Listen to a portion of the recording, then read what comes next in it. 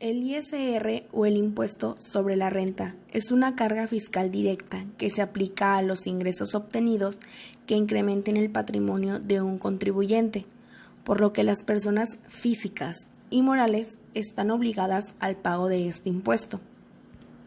De acuerdo a la ley del ISR, el pago está obligado a las personas que residan en México, radiquen en el extranjero con un establecimiento en el país, residentes en el extranjero que perciben ingresos de fuentes de riquezas en México. ¿Cómo nació el ISR? Esta carga fiscal fue introducida por Álvaro Obregón en 1921 mediante la Ley Centenario. En ese entonces, la tasa del impuesto era de entre 1.0 y 4.0% y se aplicaba sobre los ingresos brutos de mexicanos y extranjeros que tuvieran fuentes de ingresos en México. ¿En qué tipo de ingresos se paga el ISR? Casi todos los ingresos se les tiene que restar el impuesto como salarios percibidos, arrendamiento de inmuebles, así como su contribución y venta, actividades artísticas, deportivas o espectáculos públicos, ingresos por comercialización y fabricación y premios obtenidos. Los asalariados pagan el ISR. Los asalariados, debido al esquema por lo que se obtienen sus ingresos, están subordinados a un patrón. Esta circunstancia provoca que en principio no intervengan en la determinación y pago del ISR, puesto que esa obligación la realiza el propio empleador. Esto no implica que el trabajador no cumpla con su responsabilidad, sino que lo realiza a través de quien lo contrató. No obstante, existen algunas condiciones bajo las cuales se estarían obligando a presentar la declaración anual. El ISR se paga por cada ejercicio fiscal mediante la declaración. No obstante, las personas físicas también realizan pagos provisionales que se hacen mes a mes. Así, el empleador se encarga de realizar el cálculo correspondiente y retener el impuesto causando del salario que debe dar a su trabajador. Esto también se lleva a cabo al final del ejercicio para contar con el cálculo anual del impuesto, en el cual también influyen las deducciones personales. Si eres un empleado que obtiene un recibo de nómina, seguramente podrás encontrar en ese comprobante el desglose de tu salario de acuerdo a los impuestos que te descuentan en cada pago. Por eso, cuando llegues a una empresa, te dicen el salario bruto sin descuento, mientras que el neto, que es el que ya tendrás disponible para gastar. En México, todas las personas físicas como morales tienen la responsabilidad que deben cumplir.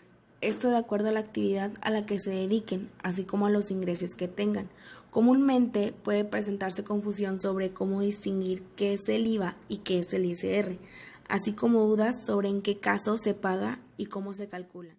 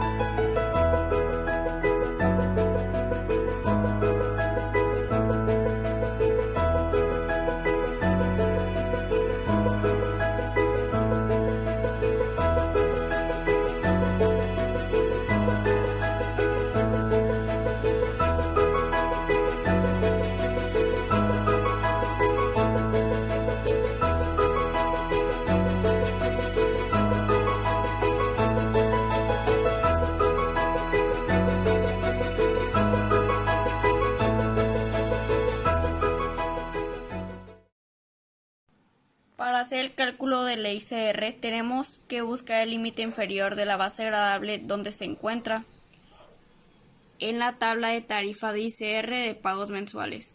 Como podemos observar, el 8000 se encuentra el límite inferior en 4910.19 y lo tenemos que anotar en la tabla.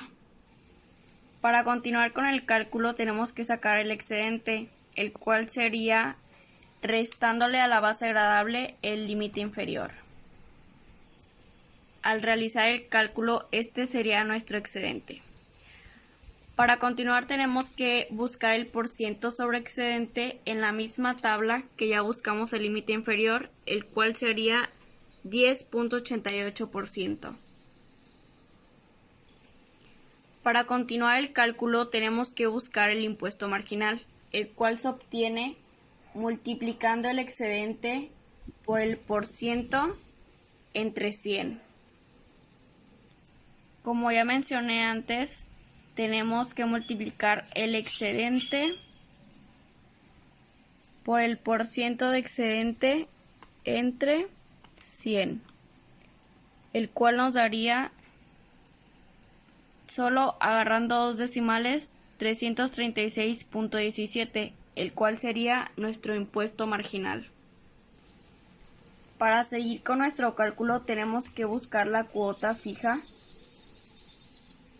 en la misma tabla que ya estamos viendo antes. Aquí, como podemos observar, sería 288.33 la cuota fija.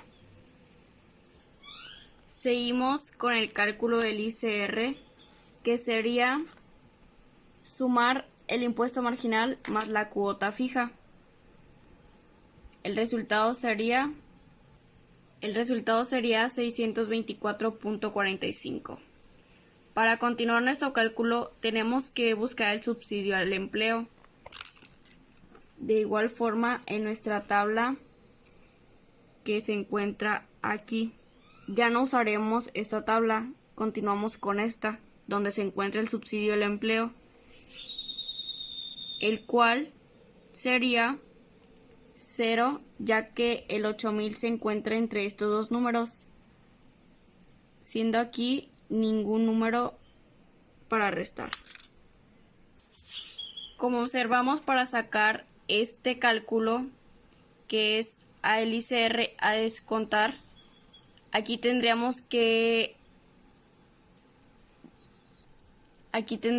restarle al ICR el subsidio del empleo, pero como aquí es 0, se pasa el mismo ICR que obtuvimos antes. Pero si ese no sería el caso, se tuviera que restar y aquí estuviera el resultado. Con estos pasos obtendremos el impuesto a retener, que sería 624.45.